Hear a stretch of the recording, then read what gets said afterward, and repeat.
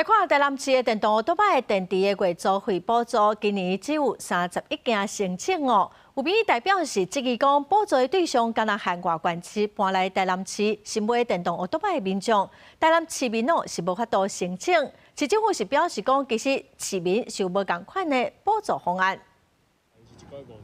电动奥多摆站的外包厂商一透早就来到充电站封站保养，目的是要检查电池的状况，让民众会当顺利来换。电动奥多摆已经成为前几年来未少上班的人，民众真喜爱的车种，但是嘛有未少的因素，让民众唔敢换。可能需要每个月付月租费的电池的月租费，然后。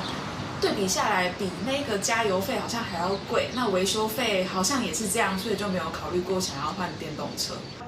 政府是伫推绿色交通生活化，过去针对台南市民换新的电动奥多摆拢有补助，而今年竟延伸到二手的电动奥多摆嘛有补助，逐个月上悬会当申请500块，但是有民代是质疑新补助的方案，敢若针对外县市的民众，将台南市民排除伫外口。今年申请的案件敢若31件。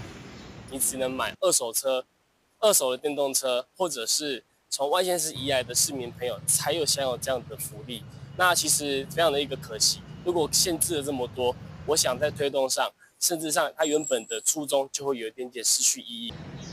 台南市环保局是表示，因为二手的电动奥多摆也有循环的价值，因此今年新增加外县市补助方案，补助的额度是无超过逐个月500块，每人每档上悬补助是6000块。另外，台南市民的部分是无同的方案，补助的金额已经是包含逐个月补助的钱。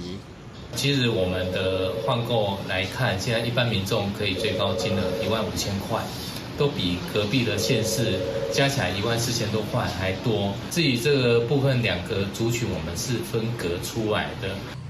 今年4月开始，民众只要入去环保通的 App， 将合约的画面留落来，甲上传，就会使完成申请。后续嘛会提出优化补助政策，推动绿色交通生活化。公司新闻郑云台报道。